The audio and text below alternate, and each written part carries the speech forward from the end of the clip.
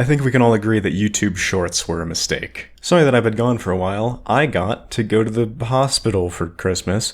More on that later, but for now I have to complain about this platform. I have three main issues with most YouTube content that I've come across recently, and by recently I mean in the last 10 years, all of which are basically promoted by the platform. Videos are way overly bloated with terrible pacing, often contain either factual errors or misleading statements, and often guys staring at screen for visuals instead of any actual examples. The first is the most egregious and is unironically what made me start making videos.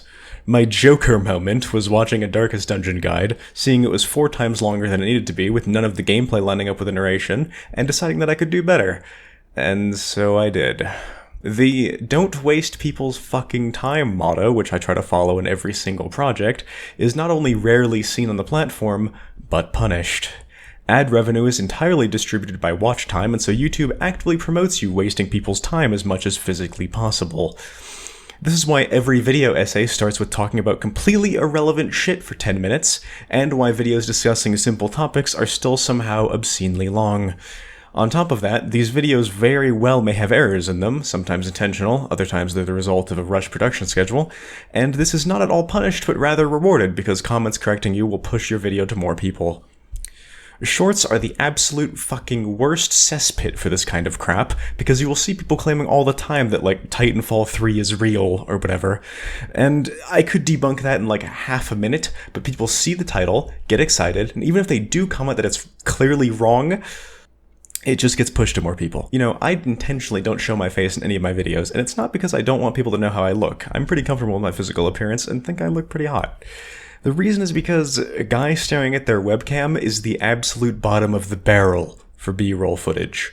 I would rather watch Valorant gameplay than some guy gormlessly staring at their camera while reading off their script like it's a teleprompter. It's not always bad. I do like H-Bomb's bits and thinks he makes that kind of format funny, but most of the time, it's just a guy staring at the camera with no, actual visual comedy. I would say this is promoted by the platform, or maybe I'm just out of touch, because I have never once seen anyone complain about this, and it's so omnipresent that I assume it must get pushed pretty heavily by the algorithm gods.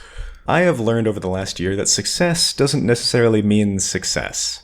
A few of my videos have gotten much more attention than I expected them to. My Stellaris videos are one of these, and it has taught me a very important lesson.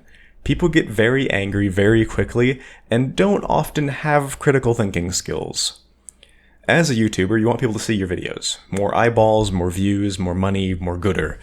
But as someone with an actual, conscience, the idea of making my channel about rage baiting people to see my videos so they can get infuriated by them is very depressing.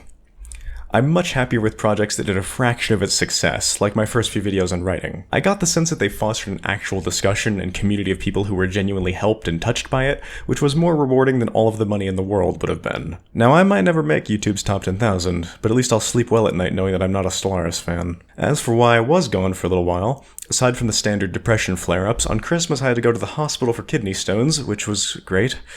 My professional advice is to not have life-threatening problems on Christmas, because urgent care are closed. I was in the hospital for 4 days, they got the stone out on the 3rd day, and I was discharged on the 4th. I've got another surgery at the end of the month to remove the 2nd kidney stone, which I was explicitly told by several medical professionals is enormous. I should be fine, but if I die, I have to get my licks in early to predict that people are going to forgive Bethesda for Starfield after its inevitable DLC comes out, just like what happened with Cyberpunk, setting the precedent that you can release the most unfinished pile of garbage and not only not get punished for it, but be praised for sticking with your pile of fucking junk and fixing it. Consumers are doing this to themselves. In summary, if you don't drink 4 water bottles a day, you should get on that shit.